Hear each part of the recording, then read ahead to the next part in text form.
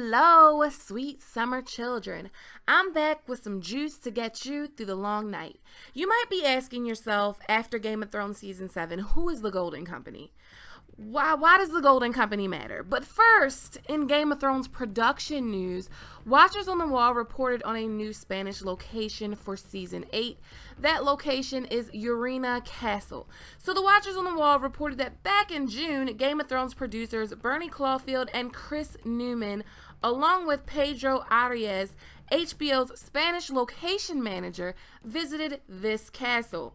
Reportedly, the Game of Thrones producers show a particular interest in this round tower. I'll link the article in its entirety below, but I think this is really interesting. And that's because we could visit a new castle in Westeros, and that castle is Storm's End. Storm's End also has a very prominent round tower. It's the most notable feature of Storm's End, besides like the magic and the magic runes in the wall. But other than that, when you see a round tower in Westeros, you think Storm's End. But anyway, in Season 7, the Golden Company was mentioned several times. Now, the thing about the Golden Company is in the books, when they reach Westeros, they take Storm's End. But there's so much more, so let's talk about it. The Golden Company are sellswords out of Essos, but their roots are very much Westerosi. And the Golden Company plays a part in Feast for Crows, Dance with Dragons, and a sample chapter of Winds of Winter in the series A Song of Ice and Fire. And you know, Game of Thrones is based on the series A Song of Ice and Fire. So the Golden Company was founded by one of the great bastards and Blackfyre Targaryens, Aegor Rivers, also known as Bittersteel. After losing the first Blackfyre rebellion, the Blackfyre loyalists fled to Essos. While in Essos, Bittersteel founded the Golden Company. The Golden Company is the biggest, the most famous, and the most expensive sellsword company in the world. The Golden Company boasts words of "our word is good as gold," which pays respect to the fact that they have never broken a contract. And their war cry, "beneath the gold, the bitter steel," pays direct respect to their founder, Aegor Rivers, aka Bittersteel. The Golden Company is very loyal to their founder, Bittersteel.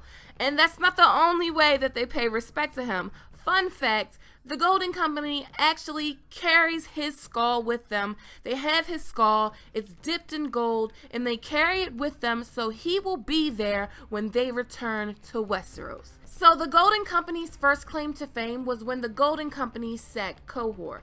After Qohor failed to pay the contract that they had with the Golden Company, the successful sack of this city for non-payment lended the Golden Company a notorious reputation. The Golden Company is made up of sellswords and boasts numbers over 10,000 strong, with thousands of horses and elephants too for mounts. Exiles and exiled sons, knights, squires, archers, foot soldiers, you name it, they have it.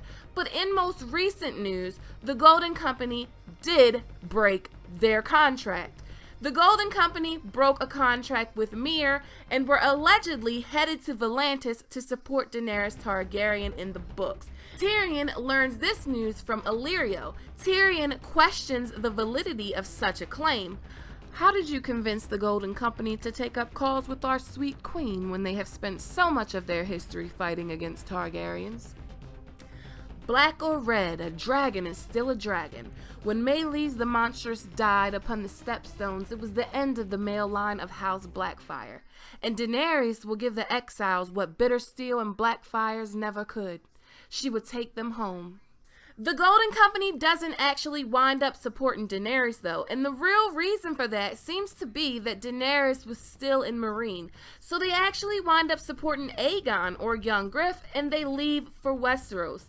When they get to Westeros, they take a few castles in the Stormlands, but in a sample chapter of Winds of Winter, we learn that the Golden Company has successfully taken Storm's End. So what does it all mean? Where could Season 8 be going with all of this? There are a few ways that I could actually see this going. In the show, Storm's End is kind of left open. Like, we don't know if someone is living there, if there's a castle, and all of that is just left open for interpretation in the show.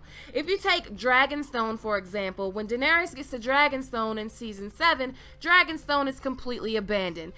At that time in the story, Dragonstone was very much a Baratheon stronghold, just like Storm's End. So Storm's End is the ancestral seat of House Baratheon. When the show begins, Renly is Lord of Storm's End, Stannis is Lord of Dragonstone, and Robert is King of Westeros, ruling from the Red Keep in King's Landing. Stannis is dead, Renly is dead, Robert is dead. Their known heirs are dead. Robert still has a few bastards, but on the show, we only know about Gendry. So assuming Storm's End will be left open and abandoned like Dragonstone, we may get the Golden Company arriving in Storm's End and holding up at Storm's End to await orders. But about Cersei. So Cersei usually comes up with clever plans that aren't so clever.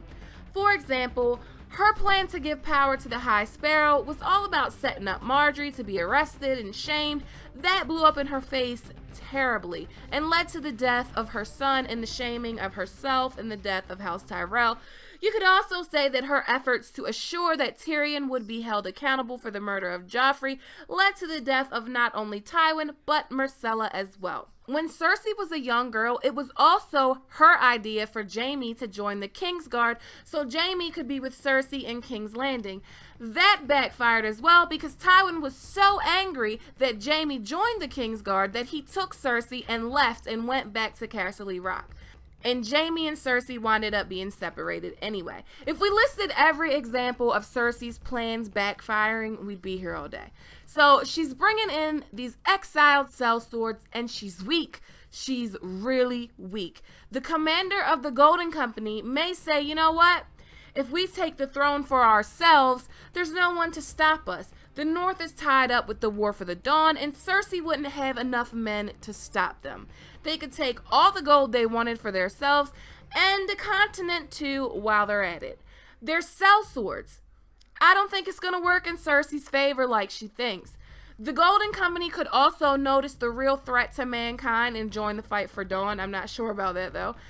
The least likely option, but it is my favorite option, is that they bring in Fagon or Young Griff and he demands the throne from Cersei. And after he has it, then he goes to the North and helps his aunt and his brother if he's really Aegon. I mean, I feel like it is late to bring in Aegon, but Aegon doesn't appear in the books until Dance of Dragons. Now, season 8 is going to be huge. And let me tell you why I say this.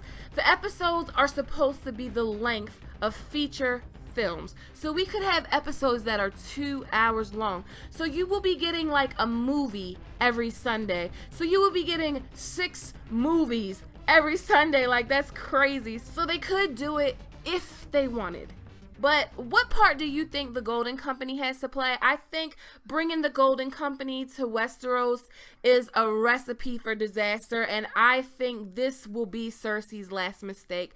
But I want to know your thoughts on this. I want to give a big thank you to all of my supporters on Patreon, and thanks to everyone that watches this video. You guys just are so awesome. If you like this video and videos like this, then please click that subscribe button and hit that notification bell and join the sweet summer family.